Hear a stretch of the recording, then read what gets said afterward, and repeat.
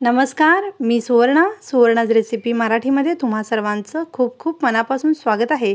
तर आज आपण खूप चविष्ट आणि चमचमीत अशी गवारीची रस्साभाजी कशी बनवायची याची रेसिपी बघणार आहोत। तर व्हिडिओ आवडल्यास लाईक, शेअर आणि सबस्क्राइब जरूर करा। चला तर मग ही मस्त रेसिपी सुरू करूयात। तर इथे मी साधारण पाव किलो गवार घेतलेली आहे आणि गवार मी निवडून स्वच्छ अशी धुवून घेतलेली आहे। तर इथे मी फोडणीसाठी 10 ते 12 लसणाच्या पाकळ्या ठेचून घेतलेल्या आहेत। एक टोमॅटो बारीक चिरून घेतलेला आहे, एक कांदा घेतलेला आहे बारीक चिरून, एक छोटी वाटी भाजलेल्या शेंगदाण्याचं कूट घेतलेलं आहे आणि इथे जिरा आणि मोहरी मी अर्धा चमचा घेतलेले आहे। थोडीशी कोथिंबीर बारीक चिरून घेतलेली आहे। याचबरोबर इथे मी घेतलेला आहे पाव चमचा हिंग, साधारण 1 चमचाभर मी लाल तिखट घेतलेला आहे, मीठ चवीनुसार घ्यायचं आहे, अर्धा चमचा हळद आणि अर्धा चमचा गरम मसाला घेतलेला आहे। तिखट तुमच्या आवडीप्रमाणे कमी जास्त करू शकताय। तर याच्याशिवाय आपल्याला तेल लागणार आहे। तर आता मी गॅसवर पॅन ठेवलेला आहे, त्याच्यामध्ये गवार टाकलेली आहे आणि साधारण 1 चमचाभर तेल टाकलेलं आहे आणि आता ही गवार आपल्याला छान भाजून घ्यायची आहे। तर गवार भाजताना आपल्याला गॅस खूप बारीक करायचा नाही आहे, साधारण मीडियम गॅसवर आपल्याला ही गवारी जी आहे भाजून घ्यायची आहे। गवारी भाजल्यामुळे खमंग आणि चविष्ट अशी भाजी होते व गवारी शिजायलाही वेळ कमी लागतो। तर गवारीवर साधारण हलकेसे काळे चट्टे पडायला लागले की आपली गवारी भाजून झालेली आहे असं समजायचं। तर इथे बघू शकता तुम्ही साधारण हलके काळे चट्टे पडलेले आहेत आणि आता ही गवारी मी काढून घेतलेली आहे आणि याच पॅनमध्ये मी साधारण 2 मोठे चमचे तेल टाकलेले आहे। तेल गरम झाल्यानंतर आपल्याला जिरा आणि मोहरी टाकायची आहे। त्यानंतर आपल्याला इथे हिंग टाकायचं आहे।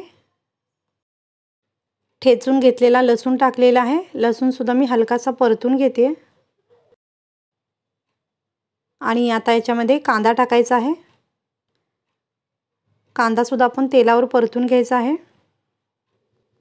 अगदी हलकासा ब्राऊन करायचा आहे कांदा। तर हा कांदा हलकासा ब्राऊन झालेला आहे आणि आता याच्यामध्ये मी टोमॅटो टाकते। टोमॅटो सुद्धा आपल्याला परतून घ्यायचा आहे। तर इथे मी टोमॅटो सुद्धा थोडासा परतून घेतलेला आहे आणि आता याच्यामध्ये आपण मसाले टाकूयात। तिखट, मीठ, हळद आणि गरम मसाला मी इथे टाकलेला आहे आणि हे सुद्धा आपल्याला तेलावर परतून घ्यायचं आहे। गॅस बारीक ठेवायचा आहे आपल्याला। मसाले छान परतले गेलेले आहेत आणि टोमॅटो थोडासा मी स्मॅश करून घेते।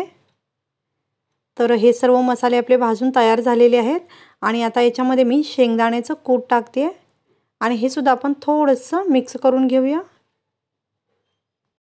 तर हे छान मिक्स झालेलं आहे आणि आता याच्यामध्ये मी गवारी टाकते।